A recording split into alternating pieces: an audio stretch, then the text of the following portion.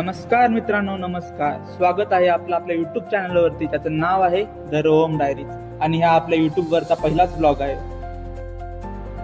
आणि ही यूट्यूबची जर्नीला सुरुवात ही स्वामींच्या आशीर्वादाने करावी म्हणून आम्ही आज अक्कलकोटला चाललो आहे. कारण काही चांगलं काम करण्याच्या आधी स्वामींचे दर्शन घेणे हे मॅन्डेटरी असते आणि स्वामींच्या कृपा आशीर्वादाने हा नवीन प्रवास आम्ही दोघे मित्र म्हणून सुरू करत आहोत.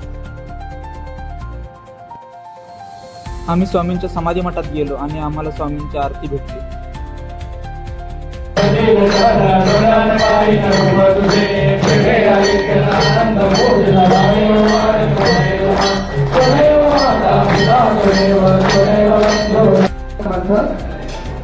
हे स्वामी समर्थ महाराजांची मुख्य समाधी पोहोचली. तुम्ही ऐकलं असेल चोळप्पा महाराज स्वामी. चोळप्पा महाराज तिकडे वर फोटो बघा बॅक साईडला. त्यांच्यासाठी स्वामी अक्कलकोटला आले. ह्या घरात महाराज 21 वर्ष राहिले. समाधी घ्यायच्या 5 वर्ष आधी हे जे काही दगडी बांधकाम आहे स्वामींनी स्वतःच्या नजरेखाली बांधून घेतलं. तो फोटो बघा त्याप्रमाणे.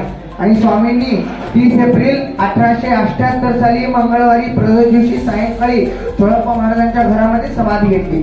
समाधी घ्यायच्या वेळी स्वामींनी मागं 3 मूर्त्या खंडोबा, माळसा, भानू खणावर आदराने पाहुण्यांचा बांधून बसवलं आणि स्वतः इथं खाली बसले. आवर जसा गाभारा आहे तसं खाली आहे. ब्रह्मानंदी नाव आहे गुहेचं. तिथं साक्षात या पद्मासन स्थितीत म्हणजे ह्या रूपात स्वामींचा देह आहे. स्वामींचे मठ मंदिरे भरपूर असतात. उद्या तुमची इच्छा आहे तुम्ही बांधू शकता, आमच्या बांधू शकतो, पण समाधी एकच आहे म्हणून या स्थानाला महत्व आहे. आता सर्वांना वर सोडण्याची. ही सगळी माहिती आम्हाला चोळप्पा महाराजांच्या 6व्या पिढीने दिली. ही माहिती बद्दल आम्हाला काहीच माहिती नव्हतं.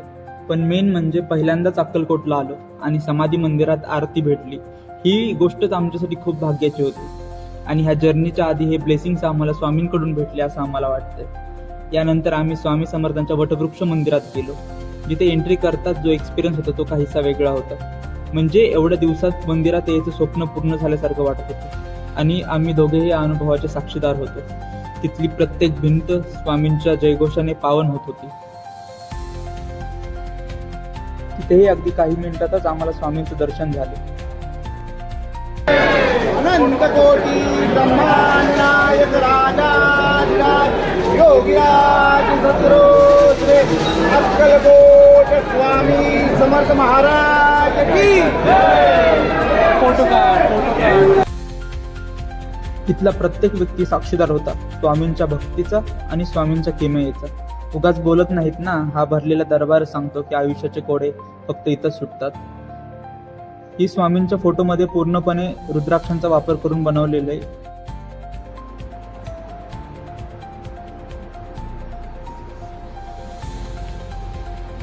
यानंतर आम्ही मंदिर परिसरात असलेल्या मूर्तीसोबत फोटो काढला आणि रोहितच्या मम्मीने कॉलवर सांगितलं होतं की तिथला प्रसाद खाऊन या. पण खूप गर्दी असल्यामुळे आणि आम्ही आधीच ऑनलाईन बुकिंग पण केलं नव्हतं म्हणून आम्ही प्रसाद खाऊ शकलो नाही. तिथे काढलेले काही फोटो.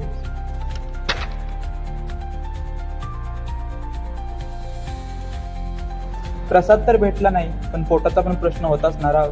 म्हणून हायवेवर असलेल्या एका मिसळ हाऊसमध्ये मिसळ खायचं ठरवलं आम्ही. आणि नंतर आम्ही पुढच्या प्रवासाला लागलो कारण हा प्रवास अजून संपलेला नव्हता.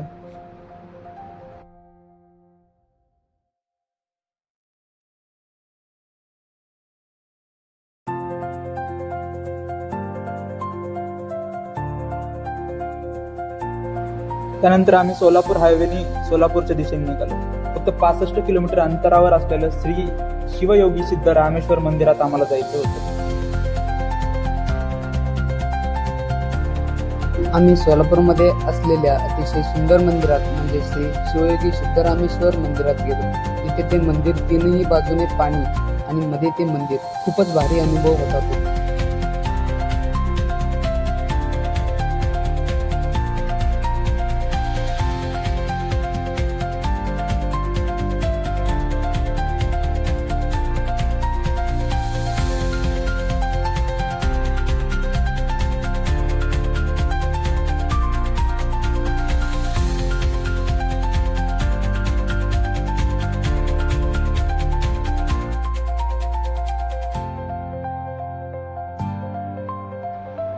तिथे असलेले शिवलिंग आणि पाण्यात असलेली ती मूर्ती खास आकर्षण होतं. पुढे आम्ही मंदिरात गेलो.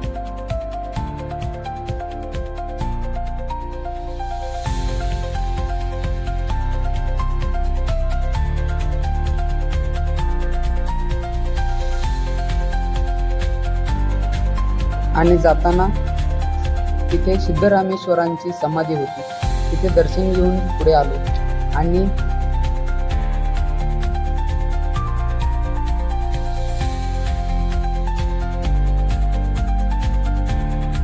आणि आमचं भाग्य खूपच चांगलं आहे की तिथे गेल्या गेल्या आम्हाला तिथली ही आरती भेटली.